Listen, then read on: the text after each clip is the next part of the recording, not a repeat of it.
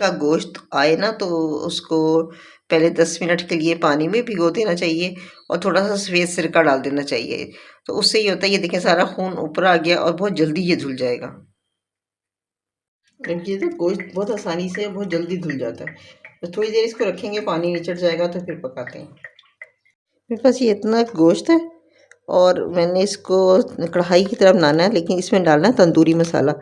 तो तंदूरी मसाला डाल दूँगी इसमें इस तरह, और इसमें बाकी डलेगा टमाटर और प्याज। यानी होगी तो कढ़ाई, लेकिन तंदूरी मसाले वाली। मसाला थोड़ा सा ज़्यादा लग रहा था तो मैंने चावल भी पकाने, तो इसकी ज़रा सा मसाला ज़्यादा नहीं, वरना इसकी ज़्यादा स्मेल आएगी। जो फालतू मसाला है वो इस चावलों वाले गोश्त को लगा लेना है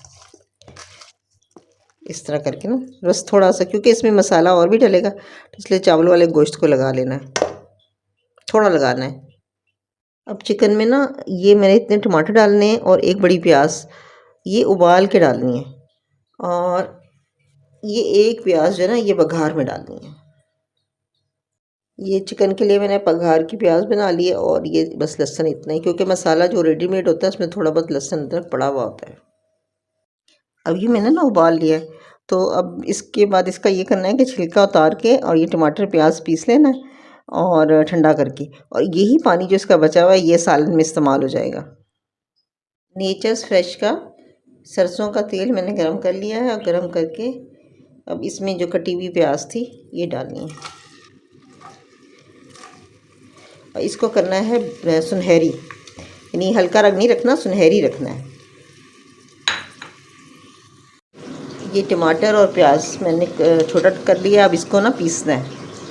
ये प्याज सुनहरी हो गई ना, अब इसमें डालना है मैंने लहसुन ये,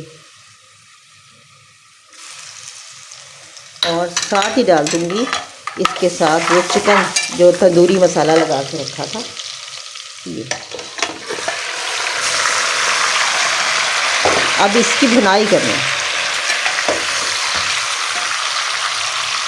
खुश्क हो गया देखें, और प्याज भी ब्राउन डाली थी। अब इसमें ना ये डालना है मैंने जो मैंने प्याज और टमाटर पीसा है, ये है तो चिकन तंदूरी, लेकिन ये रोटी के साथ खाने वाला मसाला बनेगा इसका। और ये जो पानी इसका बचा हुआ था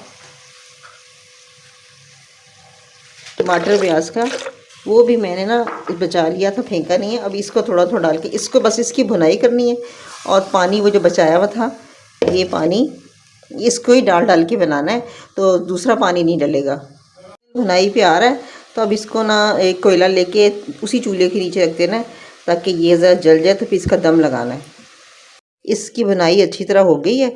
अब इसमें ज़रा सा पानी डाल के ना वो जो टमाटर का और बचा हुआ है वो इसको दम पे रखना है, और इसको बस इतना रखना है कि मसाले से ना रोटी लगा के खा लें। और इस वक्त नमक मिर्च चेक कर लेना, क्योंकि रेडीमेड मसाला था, तो इस वक्त नमक मिर्च चेक कर लेना है कि कितना है, उस हिसाब से इसको घटा या बढ़ा लें। ये सालन तैयार है, तो अब इसमें कोयला का दम लगाना, तो इस तरह ये कोयला रख के और इस पर थोड़ा सा ऑयल डाल देंगे।